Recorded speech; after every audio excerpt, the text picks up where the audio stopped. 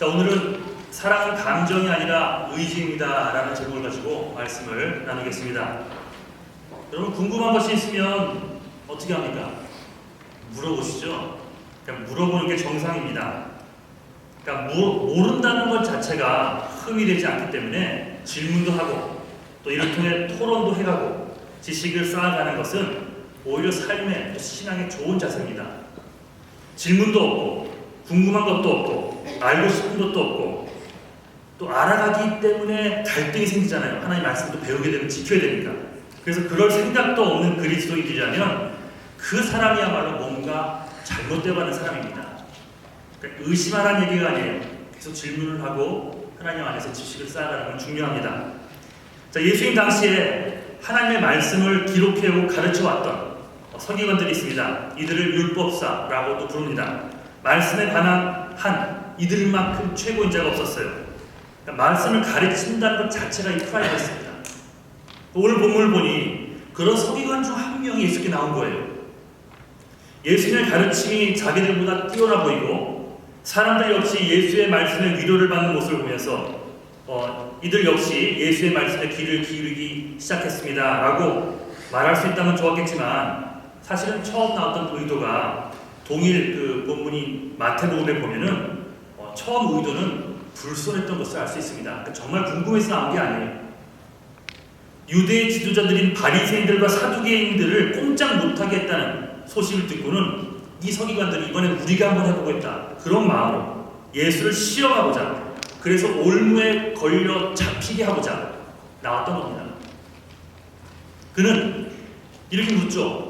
율법 중에 어느 계명이 제일 큽니까? 율법 중에 어느 게 제일 큽니까? 여러분, 사실 랍비 유대교에서는 모든 모세의 율법이 동등하다는 그런 내규가 있습니다. 중요성을 지니고 있었어요. 똑같이. 그러니 예수님이 이 계명이 제일 커 라고 얘기하는 순간 그러니까 어떤 대답을 해도 올무에 걸리게 되어 있었습니다. 즉 이 서기관은 이런 불순한 의도로 질문했다는 거예요. 그런데 이 서기관의 경우에는 그 밖에 다른 서기관들은 보니까 전부 다 예수님이 책망을 받고 야단을 맞았던 그런 장면들이 있는데 이 서기관의 경우에는 예수와 질문을 주고받다가 예수의 말씀에 오히려 감동이 돼요. 변화가 되는 그런 케이스입니다. 과연 예수님이 어떤 대답을 하셨길래 말씀에 관한 한 둘째 가라면 서러워할 이 서기관이 변화됐을까? 두 가지 강조했죠. 첫 번째가 하나님을 이렇게 사랑하는 겁니다. 자, 한번 읽어보겠습니다. 29절 30절 시작. 예수께서 대답하시되 첫째는 이것이니 스스라야 불라 주시고 우리 하나님을 위하여 주시라. 내 마음을 다하고 목숨을 다하고 뜻을 다하고 힘을 다하여 주 너의 하나님을 사랑하라. 어떻게 하나님을 사랑하랍니까? 마음과 목숨과 뜻과 힘을 다해 사랑하라 하십니다. 그런데 이 말을 조금 바꿔서 설명하자면 우리의 감정을 다스리고 우리의 생각을 다스리고 우리의 모든 행동을 다스리는 근원은 사랑이어야 한다는 겁니다. 우리는 개인적인 감정으로 하나님을 등질 때가 있어요. 늘 등질 때가 있어요. 감정은 여러분 믿을 만한 것이 못 됩니다. 마음은 수시로 변해요. 부부가 한 이불을 덮고 살아도요, 배우자에 대한 감정은 하루에도 12번 이상 변합니다. 아십니까? 미웠다가 좋았다가 좋았다가 미웠다가 이게 반복이 되는 거예요. 섭섭했던 감정이 고마운 감정으로 순간 변하기도 하고 없으면 죽고 없을 정도로 그랬다가 혼자 출장을 가게 되면 너무 그 기분이 좋고 혼자 있으면 편할 것 같았는데 반대로 정작 아내가 없으면 불안한 증세가 나타나고 그런 거 없습니까 여러분? 제가 미국에 온 지 3년 만에 한국에 아이들하고 아내가 나갈 일이 생겼습니다. 저는 그래서 2달을 나가 있었는데 저는 마지막 2주만 나가기로 하고 아마 그때 아내하고 애들만 내보냈던 것 같아요. 아내와 아이들이 좋지만 이 오랜만에 혼자 있을 것 생각하니까 너무 좋은 거예요.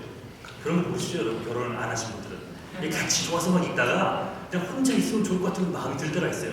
아무도 없이 내가 하고 싶은 것만 하면 좋겠다라는 그런 생각. 남편들이 가끔씩 왜 사무실이나 작업실 가서 이렇게 일하자는 바쁘다고 그게 다 일 때문만은 아닌 것 같습니다. 네. 혼자 있는 것에 대한 그런 그림이 생겼어요.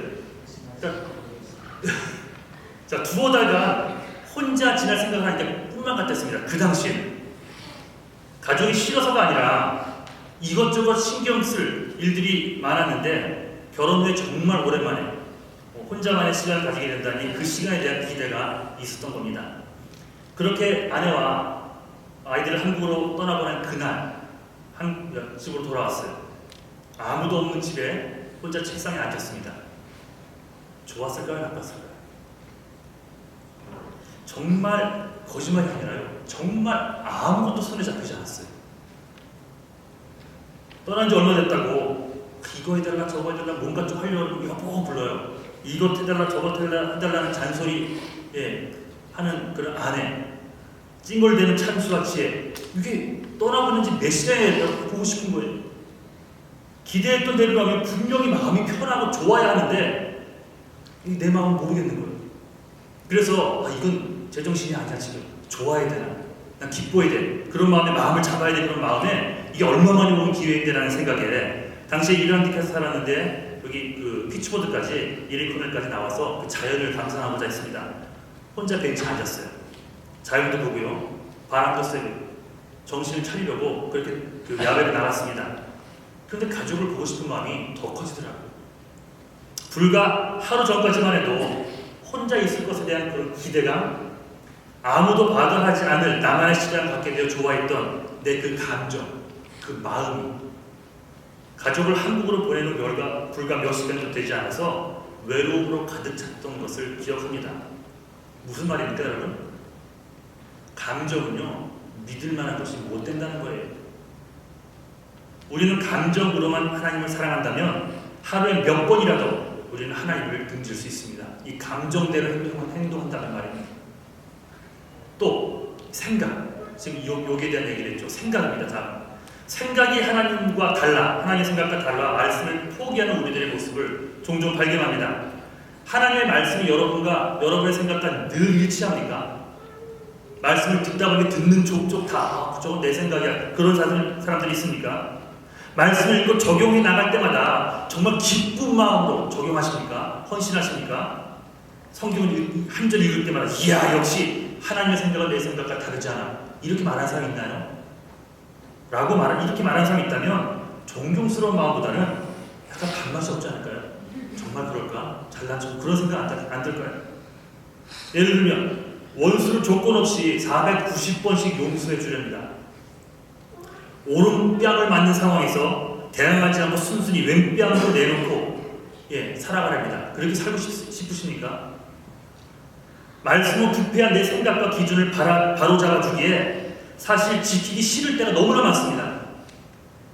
읽지 않았으면 좋았을걸, 이걸 미리 읽어서 지켜야 되고, 그런 경우도 있고요.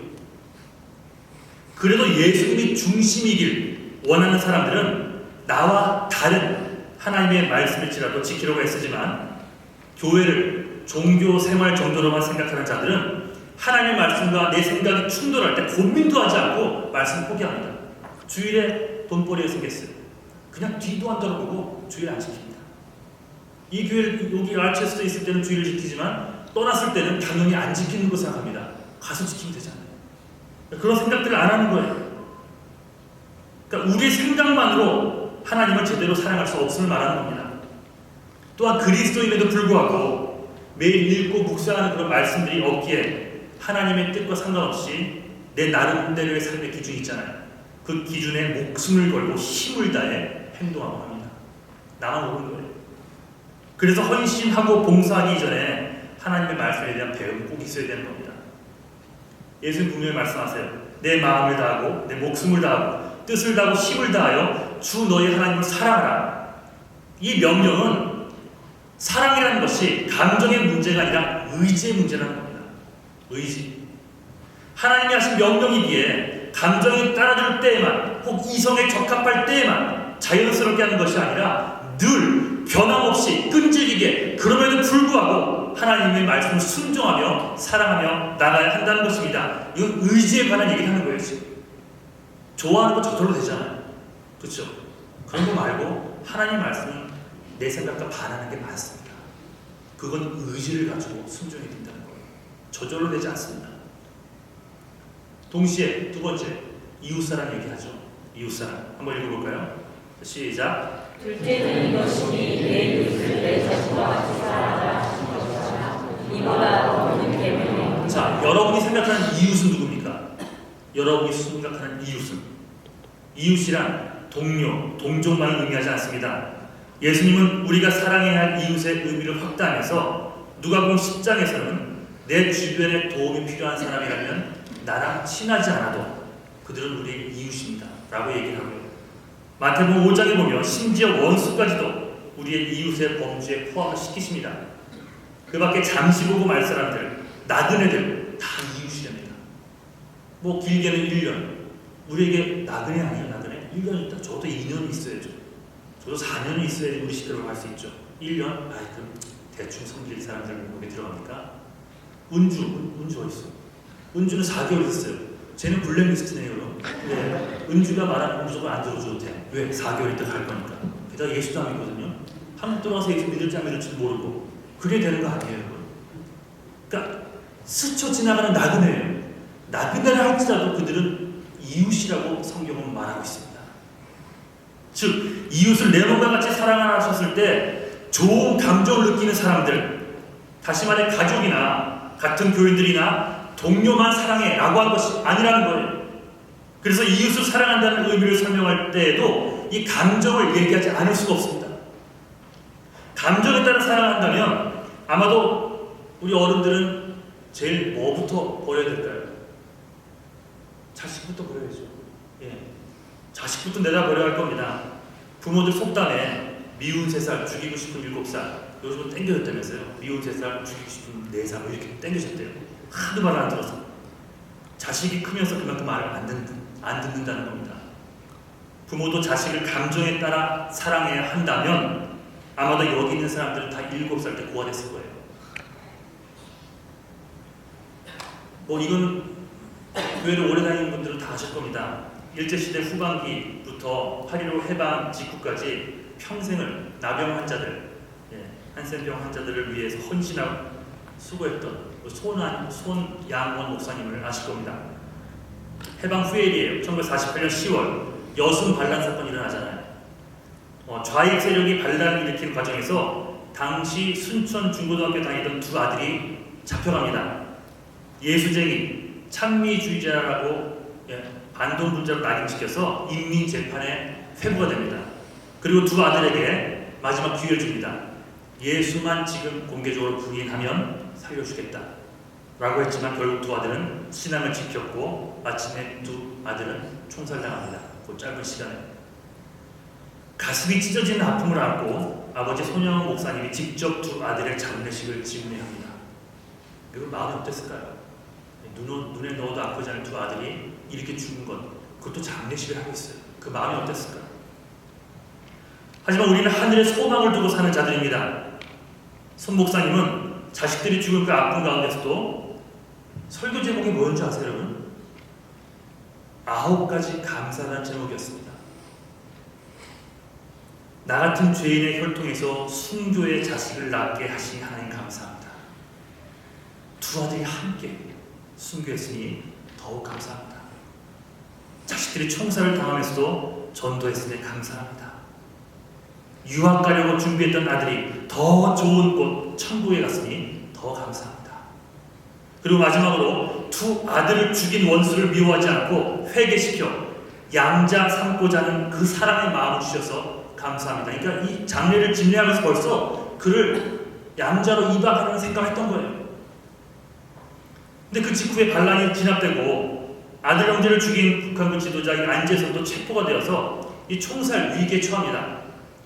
그런데 갑자기 안재선, 이름이 안재선이거든요. 안재선 구명운동이 펼쳐지는 거예요. 갑자기.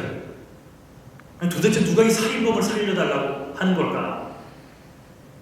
누굴까요? 2 아들의 이름 손 목사님이었습니다. 눈물을 흘리면서 구명을 하기 시작합니다. 눈물 어린 그의 탄원이 결국은 담당관들을 감복시켜 안재선이요 출소가 됩니다. 그 목사님은 이를 양아들로 입적하여 이름도 바꿔주죠. 성도 손재선이라는 이름으로 지어줍니다. 그리고 그에게 무엇보다 예수 그리스도를 소개했고 그리스도인이 되도록 이끌어줍니다. 자, 보십시오. 자식은 피부치잖아요.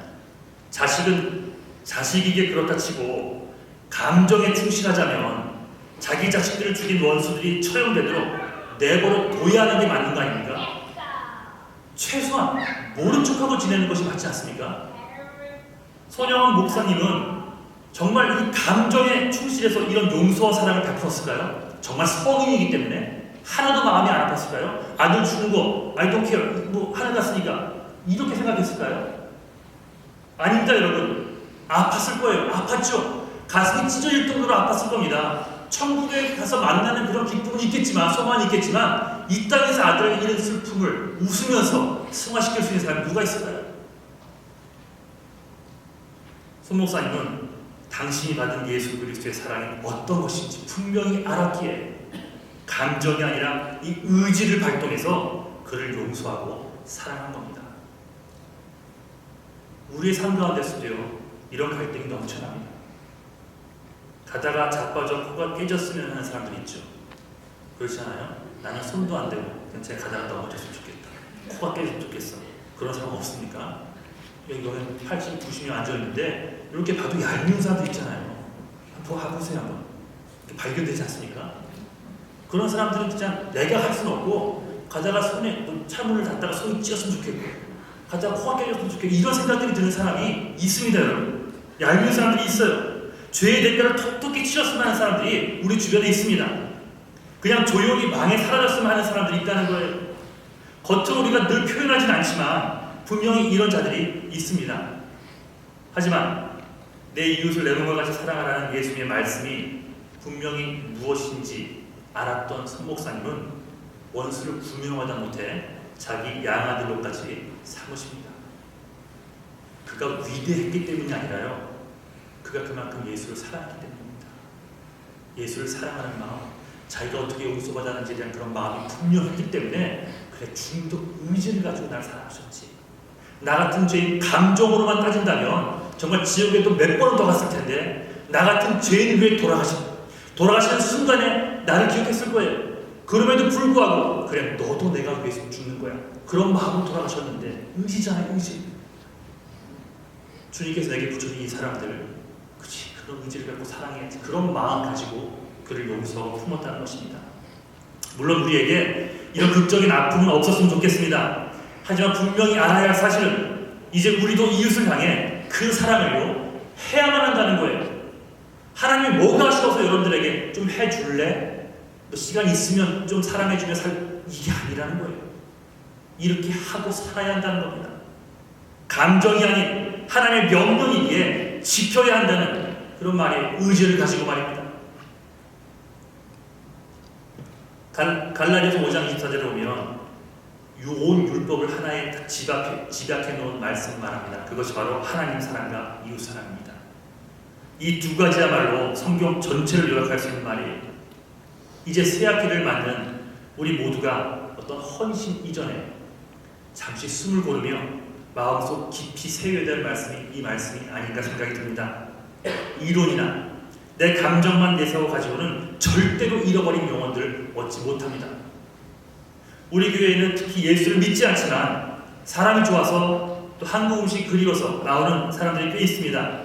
이 많은 사람들이 아직 예수를 믿진 않지만 교회에 대해, 예수에 대해 수도 없이 들어왔을 거예요. 안 믿는 이들을 향해 우리의 감정, 우리의 지식을 가지고 나갔다가는 그 누구도 예수께 돌아오지 않을 겁니다. 그러나 내 감정과 상관없이 베푸는 그리스도의 사랑에는 여러분 능력이라는 게 있습니다. 능력. 조건 없이 사랑하신 예수 그리스도의 십자가 사랑으로 내가 사랑했듯이 우리가 그 예수 그리스도의 사랑을 몸소 실천해 나갈 때 이제 우리에게 붙여주신 수많은 예수 믿지 않는 자들이 예수께로 나와 새 생명을 얻게 될 줄 믿습니다.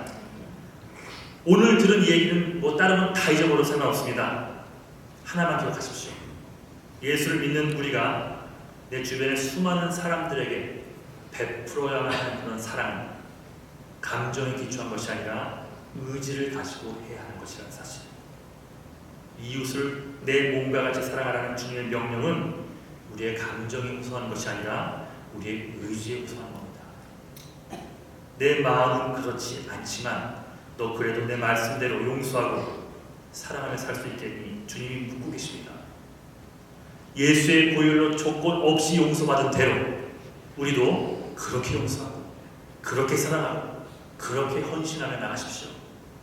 이런 사명에 여러분과 저 같은 보잘것없는 자들이 초청이 된 겁니다. 하나님의 일들을 위해서. 감정과 생각에 충실하지 말고 우리 1:1 양육했을 때 배운 대로 듣고 읽고 연구하고 암송하고 묵상되어진 하나님의 말씀, 성경 말씀 그대로 그저 단순하게 사랑하고 헌신하며 한 학기를 시작할 수 있는 여러분 모두가 되시기를 주님의 이름으로 간절히 축원합니다. 아멘. 자리에서 일어나시겠습니다.